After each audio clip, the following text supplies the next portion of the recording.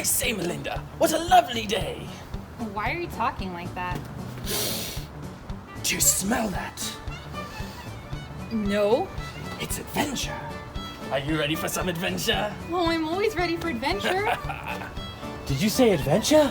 Why, look, Melinda. It's our good friend Justin. Why are you talking like that? How are you, Justin? I can't complain. Doesn't mean I won't. Hey, are you coming on an adventure with us? No. Oh. I'm just here for a pointless cameo. Has nothing to do with the story. Alright, bye.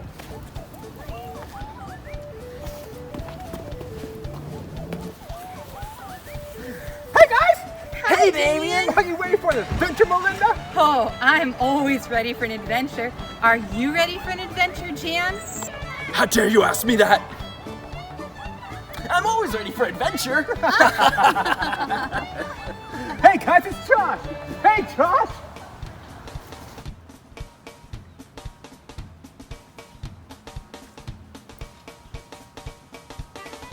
What you doing? Come over here!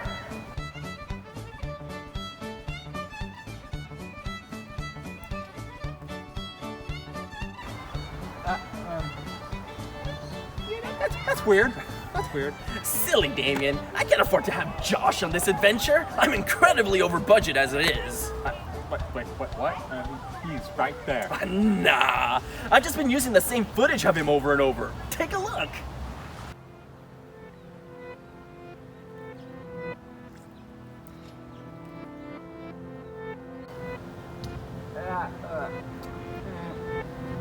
Okay.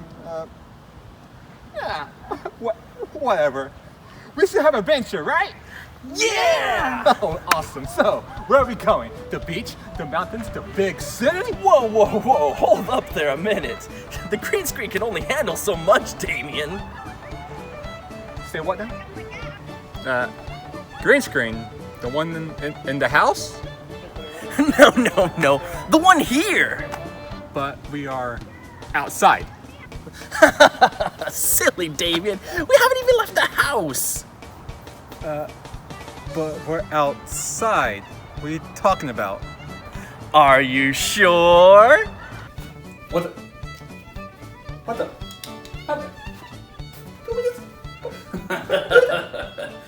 Silly Damian.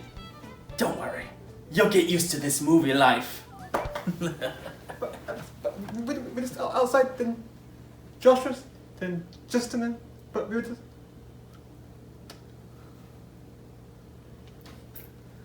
Well, we can at least go on a smoothie adventure, right? Melinda? Silly Damian. She's not even really there. No, but she's right here, Jan. I can really. What the fuck? Jan? Jan? Jan, I don't like what's going on, man. Jan! Don't worry, Damian. I told you. You'll get used to the movie life. No. It is your life now, after all. Jan! No!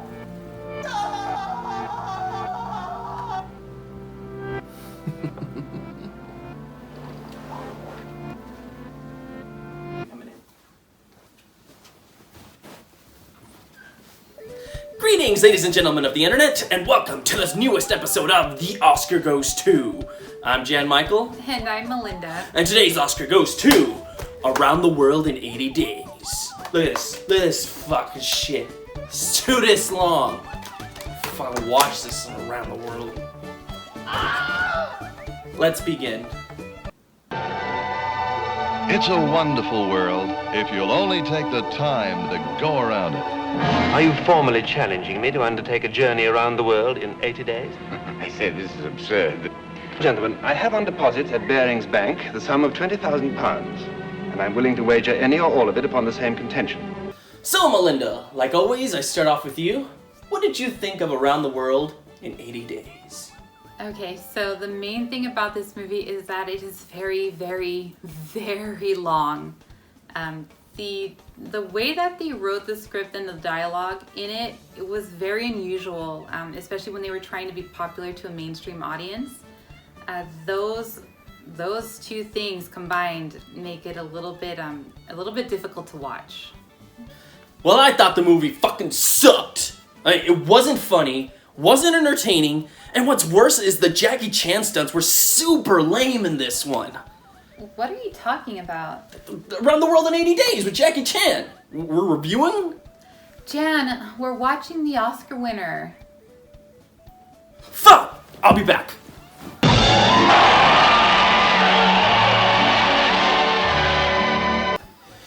Okay. Think I definitely got it this time. Let's start this again. Man, that fucking sucked! Wasn't funny, wasn't entertaining, and what's worse is I don't even have the stupid Jackie Chan stunts to keep me entertained. Did you really hate it that much? Okay, maybe hate's too strong a word. It's not like I despise the movie.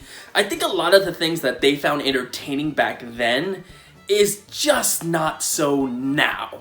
And I think a good example of it is what you said, it drags on for too long, and especially in certain areas. The biggest one that I always think of is that stupid bullfighting scene where you have a comedic character put in a perilous situation.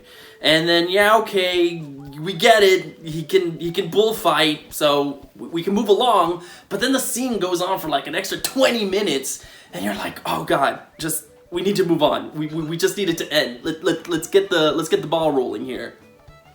Yeah, Cantinflas was probably the best part of that film, but he still wasn't even as good as that comic relief usually should be. He wasn't super funny, he was just more funny than the rest of the movie. He was skilled, but not terribly so it's just kind of like half-assed, if I would say. And then the clubhouse scene was so long, the beginning of the movie. It's just a lot of dialogue that they really didn't need. It didn't push the story forward till they got to the point of the bet where it just kind of like came up out of nowhere. You're like, all right, I guess it's starting now. And then completely opposite, the ending was just kind of like, all right, the end. Like, it just was abrupt. And then the love interest was not that interesting. It was just a whole lot of mess to me. I think a lot of the characters are incredibly weak, and I think it's because it's all just a stereotype. The protagonist is this stuck-up British proper gentleman type of character who I've seen a lot. Even growing up, I feel like I've seen that character so many times before. And, it's nice that he has that kind of morality to him, so he'll always go out to help other people, and that does make him likable, but it just doesn't make him spectacular. You said Cantinflas was your favorite part of the film. I thought he was fine as well. It goes back to this stereotype where the comedic side character gets into these really ridiculous situations, and it's supposed to make the audience laugh, and maybe it did back then, but I don't think it's funny now. So I think this is one of those films that the older it gets, the more it's going to be hurt by its time period. And can we talk about the horrible love interest that you mentioned here? Yeah, you mean disinterest. Oh, you. Yeah, Shirley MacLaine is definitely not Indian. That's what they showed her as. And good God, was she boring as hell. Like, she was the worst character in the movie and added nothing at all to the story. She was just there to be the love interest. And she didn't even have like any sort of passion. She was just a person, like a stick that they put there and said, this is the woman, take her on your adventure. Yeah. And she literally would just stand in frame and just do...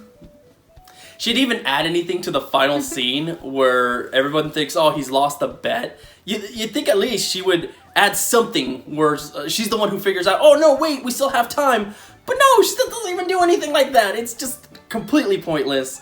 Speaking of pointless, bunch of pointless cameos in the film. This is actually the movie that popularized the cameo. And it's like a lot of them are so pointlessly bad that you have to scratch your head and wonder why. Yeah, the cameos, I suppose at the time, were something that were unique and maybe excited people to be able to see a film and be like, oh my gosh, I recognize that person. Oh, and that person and that person.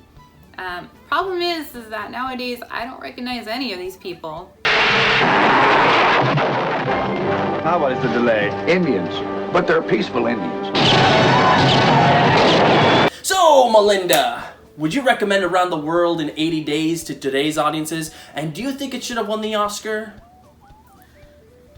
Okay, so for the length of time of the movie, the lack of air balloon time, the lack of love interest, and the lack of overly exciting comedy relief, I would say that this one you could easily pass on, and I don't think it should have won the Oscar. Don't know what it was running against, but I don't see it as a winner. Yeah, I'm on the same hot air balloon ride as you. I can't quite recommend this movie. It's not a terrible film by any means. It's just a very dull film, and the excitement that was around back when it released has definitely died down by today. Maybe if you're an older person who still remembers who some of these stars are, you might still get some excitement for it. But definitely anybody younger, it's an easy skip. I don't think it should have won the Oscar. I think it's definitely a product of the time, and it's really gonna get lost to history, even more so than it probably is now. So that's my take on that. It is a wonderful world if you'll take the time to go around it. Michael Todd's Around the World in 80 Days.